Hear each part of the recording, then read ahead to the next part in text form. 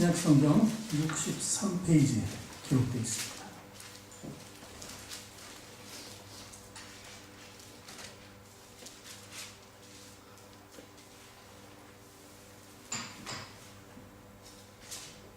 신약성경 63페이지에 기록된 마가복음 6장 45절에서 52절까지 말씀 우리 천천히 함께 읽도록 하겠습니다. 예수께서 즉시 제자들을 재촉하사 자기가 무리를 보내는 동안에 배 타고 앞서 건너편 벳세다로 가게 하시고 무리를 작별하신 후에 기도하러 산으로 가시니라. 저물매 배는 바다 가운데 있고 예수께서는 홀로 무태에 계시다가 바람이 거스름으로 제자들이 힘겹게 누워졌는 것을 보시고 밤 사경쯤에 바다 위로 걸어서 그들에게 오사 지나가려고 하시매 제자들이 그가 바다 위로 걸어오심을 보고 유령인가 하여 소리 지르니 그들이 다 예수를 보고 놀랍니다. 이에 예수께서 곧 그들에게 말씀하여 이르시되 안심하라 내니 두려워하지 말라 하시고 배에 올라 그들에게 가시니 바람이 그치는지라. 제자들이 마음에 심히 놀라니 이는 그들이 그 떡 되시던 일을 깨닫지 못하고 도리어 그 마음이 둔하여 졌음이로라. 아멘. 두 손을 가슴에 얹고 저를 따가 고백하시기 바랍니다. 하나님께서는 나를 사랑하신다. 하나님께서는 나를 존귀하게 여기신다. 하나님께서는 나를 축복하신다. 하나님께서는 내 문제를 해결해 주신다. 믿으십니까? 아멘. 우리 앞뒤 정좌우에 계신 분들에게 인사합니다. 당신 사랑하고 축복합니다.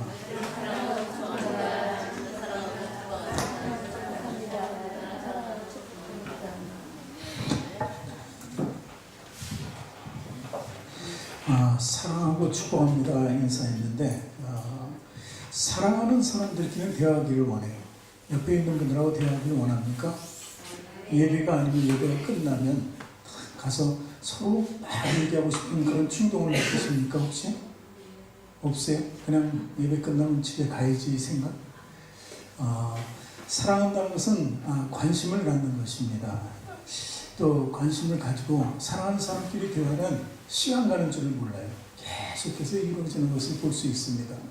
예배 끝나고 코이노니아 시간 되면은 권사님들하고 이렇게 모여가지고 얘기하는데 한없이 끝도 없이 그냥 누가 가자 그러기 전까지는 그냥 계속하는 것. 그것이 사랑입니다. 그리고 뭔가 대화를 할 때 사랑하는 사람끼리는 긍정입니다. 그리고 순종입니다.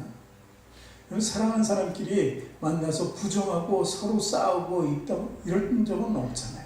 좀 긍정이에요. 나는 상대편의 말을 다 받아주는 것이 바로 사랑의 대화라고 할 수 있죠. 여러분, 하나님을 사랑하는 사람은 그러면 어떤 것을 원할까요? 하나님 만나기를 원하죠. 하나님과 대화하기를 원하죠. 그래서 그것을 바로 우리는 기도라고 합니다. 기도를 통해서 하나님과의 만남을 가진다. 만남이 정말 나에게 소중하고 그 사랑이 느껴지면 그 기도는 계속될 수밖에 없다는 것입니다. 리처드 포스터라는 사람은 기도는 하나님에 대한 갈망이다 이렇게 얘기합니다. 기도는 하나님을 만나기 위해서 나가는 그 순간부터 이루어지는 것이죠. 그런가 하면 성 어거스틴은 참되고 완전한 기도는 사랑 이외에 아무것도 아니다 이렇게 얘기해요. 그래서 기도는 이퀄 사랑이라고 이렇게 정의할 수가 있는 것이죠. 그만큼 우리가 하나님을 사랑한다면 기도할 수 있는 사람이 되어야 한다는 것을 이야기합니다. 예수님은 하나님을 지극히 사랑하셨어요. 오늘 말씀에도 하나님께 기도하러 나간 예수님을 볼 수 있습니다. 6장 45절부터 47절 보니까 예수께서 즉시 제자들을 재촉하사 자기가 무리를 보내는 동안에 배 타고 앞서 건너편 벳세다로 가게 하시고 제자를 먼저 보냅니다. 그리고 무리를 작별하신 후에 기도하러 산으로 가시니라. 저물매 배는 바다 가운데 있고 예수께서는 홀로 무태에 계시다가 이렇게 계속해서 기도하시는 오랜 동안 기도하시는 예수님을 볼 수 있는 것입니다. 실제로 예수님의 삶은 그 기도로 시작됐습니다. 공생의 사역을 처음 시작할 때 예수님 성령님께 이끌려서 광야를 갔습니다. 광야를 가서 그냥 고난받기 위해서 가신 거냐? 아니고 40일 동안 하나님과의 대화를 위해서 40일 동안 금식하면서 기도했다는 거예요. 그리고 마지막은 어떻게 해요? 처음이 그랬다면 마지막도 역시 하나님과의 대화로 끝났어요. 기도로 끝났다는 거예요. 우리가 잘 아는 겟세마네의 기도, 십자가에 달려 죽으실 것을 알고 그 인간의 모습으로 받는 그 고통에 대해서 피하게 해달라고 이렇게 소원하시던 기도. 그러나 하나님 뜻대로, 하나님 원대로 해달라는 기도를 하셨습니다. 이게 기도의 모습 속에서는 마지막 기도라고 볼 수 있는 거예요. 처음과 마지막을 기도로 항상 사셨던 예수님을 볼 수 있어요.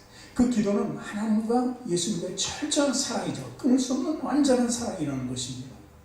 그리고 예수님의 십자가상에서도 가상 8을 통해서, 가상 7을 통해서 예수님께서 하나님과의 대화를 계속해서 공존하시며 이어나갔다는 것을 우리가 볼 수 있습니다.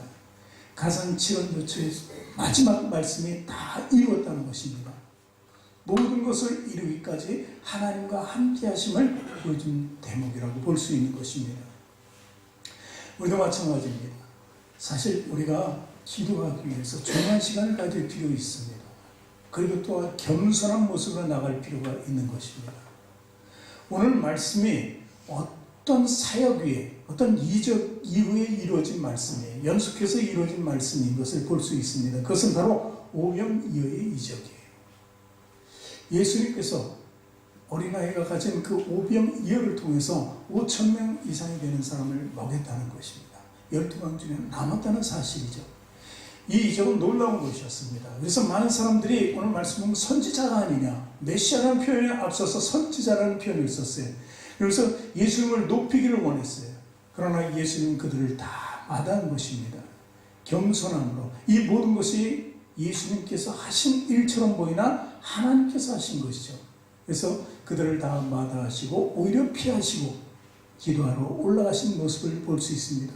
기도할 때도 제자들을 보내고 그리고 기도하셨던 예수님을 우리는 볼 수 있는 것입니다. 평창 올림픽이 끝났죠. 동계올림픽. 우리 패럴림 계속 되어지고 있습니다. 그런데 여기서 정말 경이로운 일들이 많이 일어나죠. 세계 신기록을 세웠다.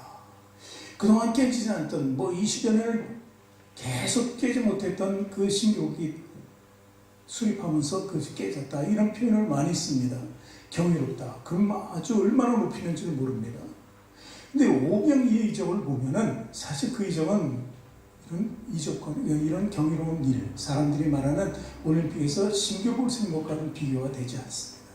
근데 사람들은 높아가고 예수님은 반면에 낮추는 모습을 볼 수 있습니다. 우리 그리스도인의 모습이 바로 그렇게 되어야 한다는 사실입니다. 우리는 오늘 말씀을 통해서 예수님의 마음을 엿볼 수 있습니다. 그리고 하나님의 마음을 엿볼 수 있어요. 오늘 마가복음 6장 47절 말씀에 저물매 배는 바다 가운데 있고 예수께서는 홀로 무태에 계시다가 이러면서 배가 어디 있다고요? 바다 가운데 있다는 것을 우리에게 분명히 보여주고 있습니다. 바다 가운데는 벗어날 수 없는 환경적 요소입니다. 바다 가운데 있기 때문에 바다를 쉽게 벗어날 수 없다는 것을 얘기합니다. 여기서 바다라는 것은 우리가 볼 때 세상이라는 것을 비유할 수 있습니다. 그렇다면 배는 반면에 하나님 계신 곳, 그리고 예수 그리스도가 계신 곳, 성도들이 모여있는 크리스천의 삶이 어우러지는 곳이라고 볼 수가 있는 것입니다. 이 배라는 것은 바로 합력하여 선을 이루는 것을 얘기합니다. 그리고 끝까지 동일한 목적을 가지고 그 배에 탄 사람이 그 목적지를 향해서 쭉 갈 수밖에 없는 것을 얘기합니다. 그 배에 탄 사람들이 목적지가 다르다면 배가 어디로 갈지 몰라요. 사공이 많으면 안 된다고 하듯이 배에 탄 사람들이 하나가 되어야 한다는 것을 의미하는 것입니다. 예수님 배와 좀 밀접한 관계가 있죠. 베드로를 부르실 때도 배에서 설교하셨고 베드로의 배를 타고 나가서 그물이 찢어지도록 두 배가 넘치도록 물고기를 잡은 것을 알 수 있습니다. 그리고 또 마가복음 4장 보면은 예수님께서 배에서 주무시고 계셨어요. 광풍이 부니까 그 바다에서 뼈가 굵은 사람들도 그 광풍을 이기지 못하고 예수님을 깨우는 모습을 볼 수 있습니다. 그럴 때 예수님께서 잠잠하라니 바다가 잠잠해진 것입니다. 그리고 또 이어서 오늘도 비슷한 현상이지만 예수님께서 또 그 배에 타진 않으셨으면 배에 있는 모든 사람들이 두려워하고 무섭고 떨리는 마음, 왜냐하면 바람이 거스림으로 내가 가고자 하는 방향보다는 오히려 바람이 역으로 굉장히 크게 불기 때문에 나갈 수 없는 모습을 보여주는 것입니다. 그럴 때 예수님은 떠나신 것 같지만 다시 돌아오셔서 순풍의 도술이 달 것처럼 이렇게 우리에게 말해주는 거예요. 이 삶이 바로 저와 여러분에게 이어지는 놀라운 은혜의 삶이 되어야 돼요. 우리는 배 안에 있어야 돼요. 우리는 세상 속에 있는 것이 아니에요. 그냥 바다가 되어서 풍랑이 있는 것처럼 살면 안 돼요. 그 풍랑 속에 사는 것이 아니라 풍랑 속에서도 고요와 평안을 지키며 살아가는 우리 모습이 되어야 한다는 것입니다. 6장 48절 보니까 바람이 거스름으로 이렇게 기록되어 있잖아요. 제자들이 힘겹게 누워 젖는 것을 보시고 밤 사경쯤에 바다 위로 걸어서 그들에게 오사 지나가려고 하시네. 이렇게 기록이 되어 있습니다. 이 인생의 힘겨운 모습을 오늘 제자들을 통해서 볼 수 있어요. 바람이 거스르니까 힘들게 나가긴 나가야 되는데 그것이 나가지 않을 정도로 힘겨운 그 모습을 보는 것입니다. 놓쳤는 모습을 보는 거예요. 우리가 그리스도인들은 성별된 삶을 산다. 세상 사람들에게는 교회 나가면 축복을 받는다. 이렇게 생각하는 그 말대로 우리가 살아가야 돼요. 그런데 오히려 배 안에 갇혀있는 모습 속에서 그 광풍과 늘 싸우며 살아가는 인생이 우리의 인생이에요. 세상 사람들이 겪지 못하는 더 큰 광풍을 맞을 수도 있는 것이 바로 우리 인생 그리스도인이라고 보는 것입니다. 그러나 분명히 그들과 다른 것은 그 세상이라는 풍파 속에서 그들은 염려와 걱정, 근심으로 낙심하며 살아가지만 배 안에 있는 우리는 하나님이 주시는 놀라운 평강 가운데 있다는 것입니다. 오늘 그 평강과 평안을 제자들이 깨닫지 못했습니다. 그런데 예수님이 오시자마자 바로 깨닫게 되는 그런 현장의 모습을 볼 수 있는 것입니다. 힘겹게 노를 젓는다. 그런데 젓는 것을 보시고라는 단어가 보시고라는. 누가 보았다고요? 주님이 보셨다는 것입니다. 우리 인생 여정 모든 것을 주님께서 보시고 계시다는 것을 우리에게 가르쳐주는 거예요. 밤 사경이면은 몇 시쯤 되면 새벽 3시에서 6시 사이입니다. 예수님께서는 그 시간까지 기도하시고 그리고 그 시간에도 제자들의 모습을 보고 계셨던 것입니다. 시와 때를 가리지 않으시고 우리가 위기에 있을 때, 위험에 처해 있을 때 주님께서 우리에게 나타나셔서 능력을 베푸시고 우리를 위험에서 건져주신다는 이야기입니다. 죽음에서, 사망에서 건져주셨는데 이 생의 풍파 정도에서는 건져주시는 것은 아무 일도 아니라는 것이죠. 사랑하는 하나님의 그 마음이 시편에 많이 기록되어 있잖아요. 그 시편의 말씀 중에서 121편 3절을 보니까 여호와께서 너를 121편 3절에 여호와께서 너를 실족지 아니하게 하시며 너를 지키는 자가 졸지 아니하시리로다. 밤 사경인데도 불구하고 주님께서 위험을 보고 나타나셨어요. 위험이라기보다는 우리가 나가려고 애를 쓰는데 앞으로 협도 갈 수 없는 그런 상황 속에서 주님이 나타나셨다는 것입니다. 또한 시편 121편 7절 8절 말씀 보니까 여호와께서 너를 지켜 모든 환난을 면하게 하시며 또 내 영혼을 지키시로다. 여호와께서 너의 출입을 지금부터 영원까지 지키시로다. 이 출입을 지키신다는 말씀은 하나님의 관심입니다.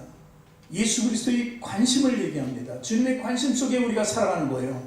우리 자녀들이 우리 관심 속에서 살아가잖아요. 나갈 때, 들어올 때 항상 관심을 가지고 보잖아. 어디 나가냐? 언제 들어오냐? 들어올 때는 기다렸다가 들어오면 잘 갔다 왔느냐? 이게 부모의 관심이죠. 이게 우리가 그런 마음을 가질 수 있는 것은 바로 하나님께서, 예수님께서 그런 마음을 주셨기 때문이고 그것이 바로 하나님의 속성이라는 것입니다. 우리는 세상이라는 곳 나갈 때마다 독을 입습니다. 해를 입습니다. 그렇다면 우리에게 필요한 것은 무엇입니까? 해독제가 필요해요. 쉽게 얘기해서. 우리가 수많은 해를 입고 수많은 독을 입어도 그래도 그것에서 우리가 건져지고 그 당하지 않는 것은 주님께서 우리를 지키고 아니하신다. 그것은 바로 우리가 저 죄에 대하여, 사단에 대해서 우리가 늘 해독제를 지닐 수 있기 때문입니다. 우리가 만들 수 없어요. 해독제는 스스로 만들기는 역부족입니다. 아니 할 수가 없는 것이죠. 그러나 주님께서는 모든 죄에 대하여 사단에 대해서 모든 것을 알고 계시기 때문에 그가 가지고 있는 악을, 죄를 제거하는 방법을 분명히 알고 계셨다는 것입니다. 그래서 우리는 그 해독제를 쉬운 말로 예수 그리스도의 보혈이라고 이렇게 얘기합니다. 그래서 우리는 보혈 충만하다는 것은 어떤 해도 입지 않는 상태를 얘기하는 것입니다. 또한 성령이 충만하다는 것은 해가 다닐 곳에 가지 않도록 지켜주신다는 것을 의미하는 것입니다. 그런 삶이 성도의 삶이 되어져야 된다는 것입니다. 49절 50절을 봅니다. 같이. 제자들이 그가 바다 위로 걸어오심을 보고 유령인가 하여 소리 지르니 그들이 다 예수를 보고 놀랍니다. 이에 예수께서 곧 그들에게 말씀하여 이르시되 안심하라, 내니 두려워하지 말라 하시고. 바다 위를 걸어서 오셨습니다. 이 정도 이적은 뭐 우리가 다 아는 것이고 예수는 능히 하실 일입니다. 그래서 믿기 때문에 우리가 이 자리에 나와 있는 거죠. 예수님이 보통 평범한 사람과 같다면, 그렇다면 우리가 믿을 이유가 없습니다. 그분은 하나님의 아들이시고 메시아고 죄에서 우리를 구원해 주실 뿐만 아니라 모든 자연까지도 다스리는 분, 만드셨기 때문에 다스린다는 것이죠. 그래서 바다 위로 걸어오신다는 것, 이것은 뭐 당연한 이치로 봐야 되는 것입니다. 근데 그 예수님이 오셨어요. 많은 사람들이 놀랐어요. 그 제자들이 유령인가? 이 정도로 놀랐다는 것은 나중에 말씀에 나오지만 깨닫는 바가 없다는 것입니다.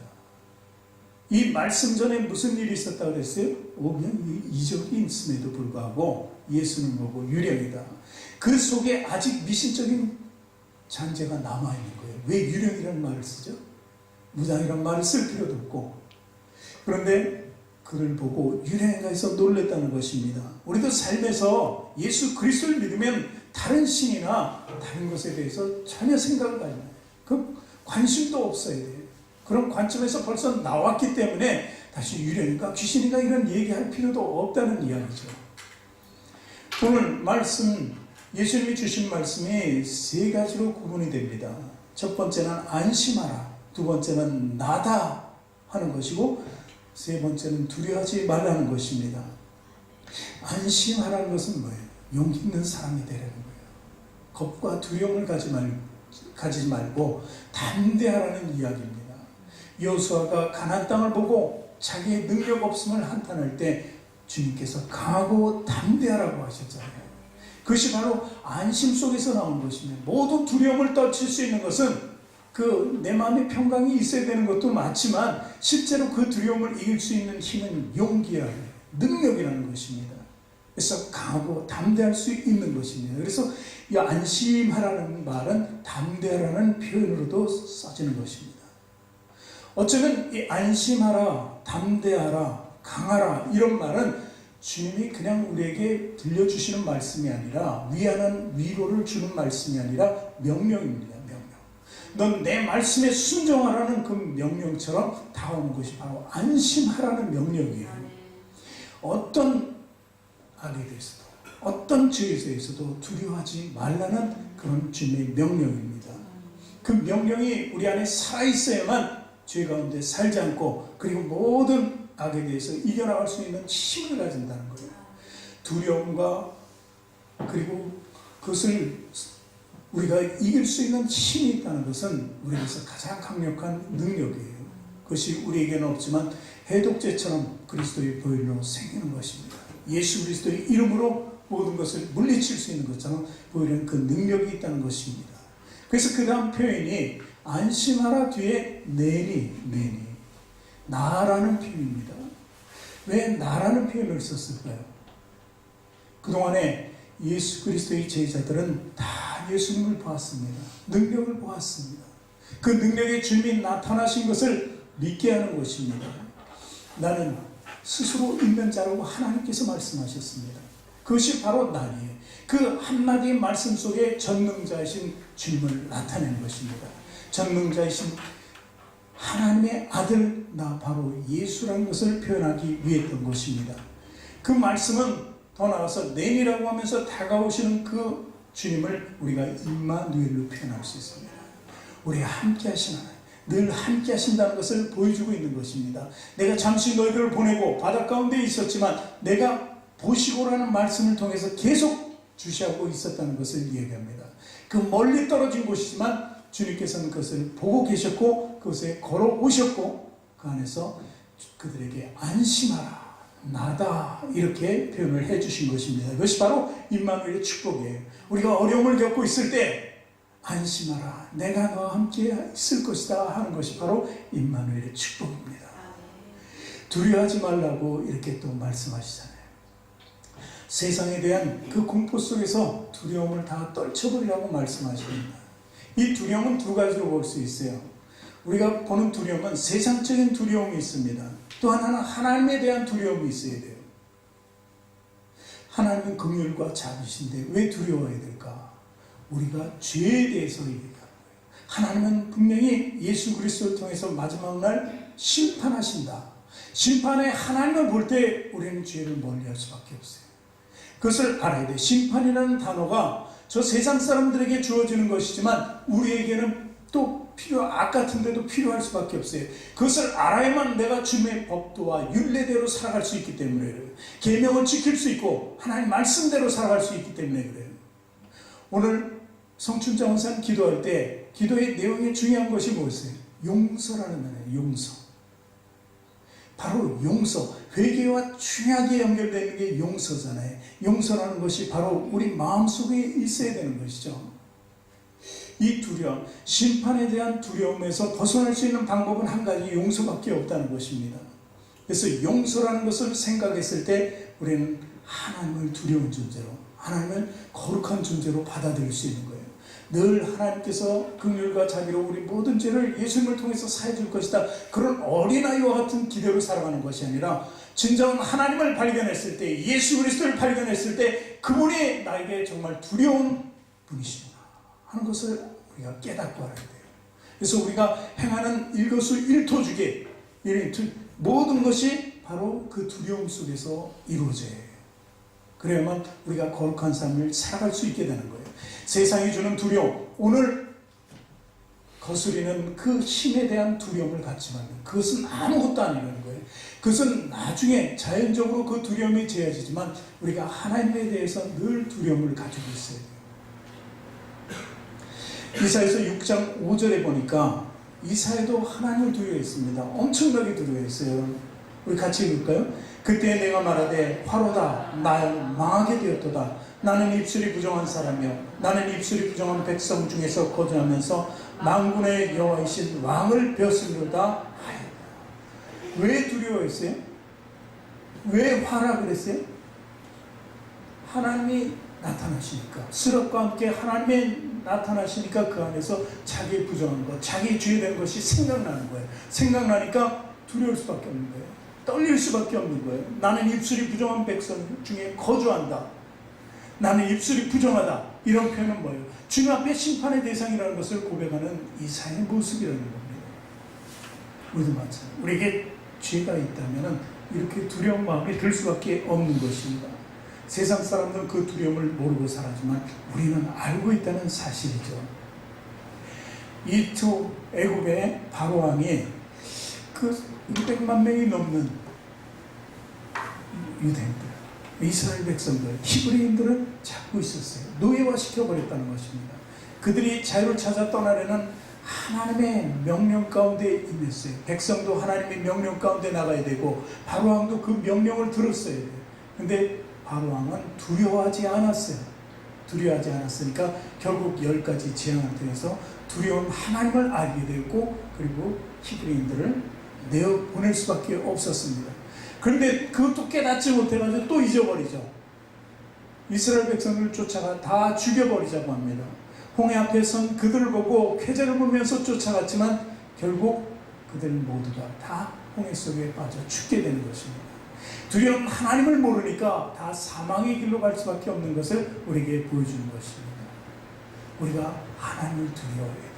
사랑과 긍휼과 자비의 하나님이시지만 우리 죄가 범해진다면 그분은 두려운 하나님으로 우리에게 나타나신다는 것을 알아야 됩니다.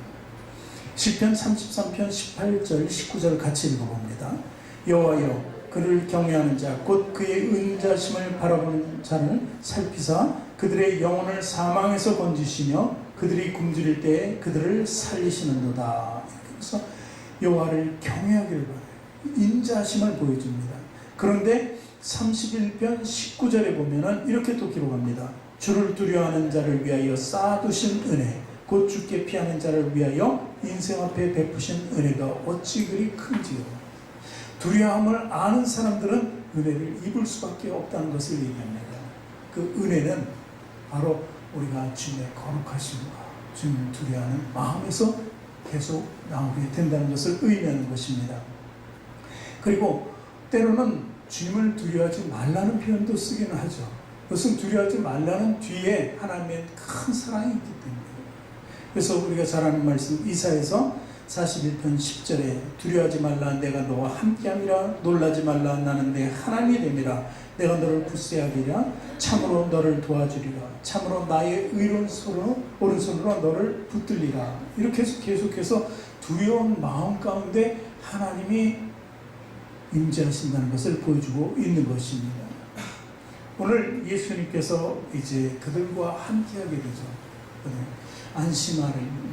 안심하라 내니 두려워하지 말라고 하시면서 예수님이 이제 어디 계십니까? 배 안에 계시는 것이죠. 그래서 마가복음 6장 51절 계속해서 읽어봅니다. 배에 올라 그들에게 가시니 바람이 그치는지라 제자들이 마음에 심히 놀라니 이제 배에 오르신 것입니다. 세 가지 안심하라, 나다, 두려워하지 말라고 하시면서 이제 주님께서는 배에 오르셨습니다. 이 배에 오르셨다는 의미는 이제 모든 것이 평정화됐다는 것을 얘기합니다. 거스르는 바람이 사라졌다는 것입니다. 우리 인생 속에서 거스르는 바람이 생긴다면 우리가 할 수 있는 방법은 뭡니까? 바로 예수 그리스도와 함께하는 것입니다. 그리고 주님이 멀리 떨어져 있어서 두려워하는 마음을 갖는 것이 아니라 주님께서는 지금도 우리를 보고 계십니다. 항상 함께 하신다는 그 의미를 철저히 깨달아야 돼요. 그 깨달음이 있어야만 우리가 그 위험 속에서 빠져나올 수가 있게 된다는 것입니다. 주님이 배에 오르시고 이제 바람이 잔잔해졌습니다. 이제 제자들 앞에서 아무것도 문제되는 것이 없습니다. 이것이 우리 바람 속에서 이루어지는 축복이라야 되는 거예요. 인생의 배에 우리 인생의 항로 속에 주님이 함께 하시기를 원하시기 바랍니다. 그리고 광풍이 있고 그리고 잔잔함이 있을 때 주님은 잔잔하며 세상은 광풍이라는 것을 깨닫기 바랍니다. 그러니까 세상 속에 얽매인다는 것은 바로 그 광풍 속에 우리가 스스로 들어가는 것과 같습니다. 그러나 얽매이지 않고 내 스스로 지키기를 원한다면 나의 힘으로는 안 되니 예수 그리스도를 붙잡아야 한다는 것을 의미합니다. 6장 52절 말씀 봅니다. 이는 그들이 그 떡 되시던 일을 깨닫지 못하고 도리어 그 마음이 둔하여졌습니다. 이렇게 기록하고 있습니다. 예수님의 능력과 파워풀한 그 모든 것을 알면서도 우리는 깨닫지 못하는 경우가 너무도 많이 있다는 것입니다. 조금 전의 일을, 하루도 안 지난 그 일을 제자들이 잊어버렸습니다. 둔해졌다는 것은 깜빡 깨달음이 벌써 지워졌다는 것을 이야기하는 것입니다. 우리 살아가면서 순간순간 하나님을 체험하면서도 잊어버릴 때가 너무 많다는 것입니다. 때로는 하나님께 기도하면서 그 능력을 입어서 우리가 앞길로 나갈 수 있지만 때로는 우리 힘으로 나가려고 합니다. 우리 힘으로 나가는 것이 제대로 되어지기만 하면 하나님은 이제 뒤에 가 계십니다. 앞에 계시던 분이 뒤에 가 계시는 거예요. 왜냐하면 우리가 앞질러 가기 때문에 앞을 아는 하나님이 가야지 앞길을 잘 헤쳐나갈 수가 있는데 앞길도 모르면서 우리가 앞으로 나서니까 거스르는 바람이 우리를 칠 수밖에 없는 것입니다. 사단은 그때를 노리는 거예요. 하나님 앞설 때는 사단이 그 앞에 나타나지 못합니다. 힘을 쓸 수가 없습니다. 이리저리 이 모양 저 모양으로 눈치를 보겠죠. 그러나 우리가 하나님을 뒤에 두고 우리가 앞서는 순간 사단은 우리에게 큰 해를 줍니다. 그의 능력이 우리와 부딪힐 때는 우리는 아무 힘도 없어요. 존재감도 안 돼요. 사단을 이길 수 있다고요? 그래요. 사단을 이기는 힘이 있다고요? 근데 왜 자기가 가진 것처럼 얘기해요? 예수님이 주시고 하나님이 주시고 성령이 지킨다는 생각을 안 하는 것입니다. 우리가 오버하면서 살아갈 그런 인생이 되지 못합니다. 오직 주님께 모든 것을 맡게 된다는 거예요. 말씀을 붙잡고 나갈 수 있어야 된다는 거예요. 찬양과 기도의 생활이 우리에게 필요하다는 것을 의미하는 것입니다. 자, 마지막으로 이제 그렇다면 우리가 뜻을 이루게 되는 거죠. 그 배는 결국 예수님과 함께 오면서 목적지에 이르게 됩니다. 그것을 마가복음 6장 53절 오늘 본문 뒤에 보면 건너가 게네사렛 땅에 이르되고 하면서 이제 그 배가 목적지에 도착한 것을 얘기합니다. 요한복음 6장 22절에 똑같은 말씀이 있는데 거기서 이렇게 기록합니다. 이에 기뻐서 배로 영접하니 배는 곧 그들이 가려던 땅에 이르렀더라. 이 말씀이 중요해요. 가려던 땅에 이르렀더라 하는 얘기예요. 우리 인생의 항로에서 마지막 목적지는 어디예요? 최종 목적지는 천국이죠. 그 가는 동안 누가 함께 있었어야 된다는 것을 얘기합니까? 예수님이 함께 있었어야 되는 거예요. 근데 때로는 그 목적지가 바로 천국이 되질 않고 여러 가지 경로를 거칠 수도 있다는 것을 우리는 알아야 됩니다. 누구를 통해서 할 수 있냐면 사도 바울을 통해서 할 수 있어요. 사도 바울의 인생의 최고의 목적지는 어디였습니까? 천국은 똑같아요. 그런데 똑같은데 지금 말씀하신 대로 천국 가기 전에 가기 위한 한 목적지가 있었는데 꼭 들러야 할 곳이 있었는데 그것이 바로 로마였던 거예요. 그러니까 로마에 가는 방법이 죄수로 가게 됐어요. 죄수로라도 좌우지간 로마를 가야 되는 것이었습니다. 그것이 인생의 목적지 중에 하나였으니까. 그런데 하나님께서 그를 죄수의 몸으로 가게 하면서 또 어느 곳 한 곳을 또 들르게 돼요. 멜리데라는 섬이에요. 죄수로 로마를 가는 순간 광풍이 불잖아요. 유라굴로 광풍이. 그래가지고 배가 깨지고 마침내 다 모든 것을 잃고 어디에 겨우 루테에 다다랐는데 멜리데라는 섬이에요. 왜 그 섬으로 하나님께서 인도하셨을까? 가는 최종적인 목적지가 아니라 들러갈 곳이 있었는데 그 중에 하나가 왜 멜리데였을까 하는 거예요. 우리가 잘 알아야 돼요. 멜리데라는 섬은 진짜 원시인같이 전 세상을 잘 모르고 살았던 사람들이 많이 있었다고 해요. 그런데 그곳에 도착해서 이제 젖은 몸을 말리려고 불을 피우는데 나뭇가지 안에 뭐가 숨어 있었어요? 독사가 있었어요. 독사가 사도 바울의 손을 물었습니다. 그런데 바로 즉사해야 되는데 즉사하지 않고 아무렇지도 않아요. 아무런 해도 입지 않은 거예요. 그러니까 모든 사람이 놀란 거예요. 거기 사는 사람뿐만 아니라 모든 사람이 놀랐어요. 여기서 모든 사람을 우리가 생각해야 돼요. 누구였을까요? 첫 번째 멜리데에 사는 사람들이겠죠. 그리고 두 번째로 누가 있었어요? 배 안에 있었던 사람, 로마 군인들이 있었죠. 또 세 번째 선장과 선원들이 있었겠죠. 네 번째 죄수들이 있었고 또 다섯 번째 누가 있었어요? 여행을 하는 사람, 로마로 가는 배니까 어떤 귀족들도 탈 수 있었다는 것입니다. 그러니까 이 배에 있는 사람이 처음엔 예수 그리스도를 모르던 사람이었는데 그 배에 있는 사람들이 그리스도를 다 알게 돼요.